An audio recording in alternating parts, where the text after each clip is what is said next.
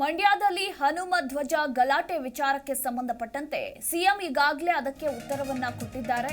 ಇದನ್ನ ರಾಜಕೀಯವಾಗಿ ಎಳಿಬಾರದು, ಇದನ್ನ ಹಿಂದೂ ಮುಸ್ಲಿಂ ಮಾಡೋದು ಸರಿಯಲ್ಲ ಅಂತ ಧಾರವಾಡದಲ್ಲಿ ಸಚಿವ ಸಂತೋಷ್ ಲಾಡ್ ಹೇಳಿಕೆಯನ್ನ ಕೊಟ್ಟಿದ್ದಾರೆ.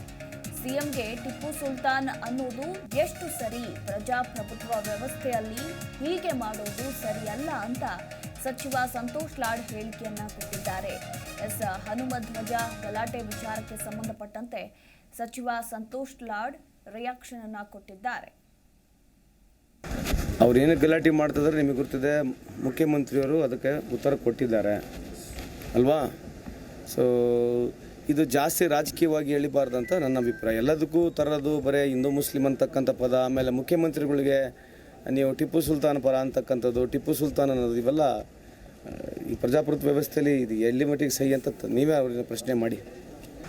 ಅವ್ರೇನು ಗಲಾಟೆ ಮಾಡ್ತಿದ್ರೆ ನಿಮಗೆ ಗೊತ್ತಿದೆ, ಮುಖ್ಯಮಂತ್ರಿಯವರು ಅದಕ್ಕೆ ಉತ್ತರ ಕೊಟ್ಟಿದ್ದಾರೆ ಅಲ್ವಾ. ಸೊ ಇದು ಜಾಸ್ತಿ ರಾಜಕೀಯವಾಗಿ ಎಳಿಬಾರ್ದಂತ ನನ್ನ ಅಭಿಪ್ರಾಯ. ಎಲ್ಲದಕ್ಕೂ ತರೋದು ಬರೀ ಹಿಂದೂ ಮುಸ್ಲಿಂ ಅಂತಕ್ಕಂಥ ಪದ, ಆಮೇಲೆ ಮುಖ್ಯಮಂತ್ರಿಗಳಿಗೆ ನೀವು ಟಿಪ್ಪು ಸುಲ್ತಾನ್ ಪರ ಅಂತಕ್ಕಂಥದ್ದು, ಟಿಪ್ಪು ಸುಲ್ತಾನ್ ಅನ್ನೋದು, ಇವೆಲ್ಲ ಈ ಪ್ರಜಾಪ್ರಭುತ್ವ ವ್ಯವಸ್ಥೆ.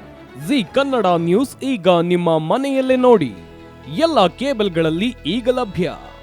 ಸನ್ Direct 292, Jio TV 1334, U digital 162, city cable 51, GTPL 17, Abhishek cables 821, rock line telecommunication 51, Shri Basaveshwara number 60, Vinayaka digital number 53, in digital number 896ರಲ್ಲಿ. ನಿಮ್ಮಿಸ್ತದ ಜಿ ಕನ್ನಡ ನ್ಯೂಸ್ ನೋಡಿ ಆನಂದಿಸಿ.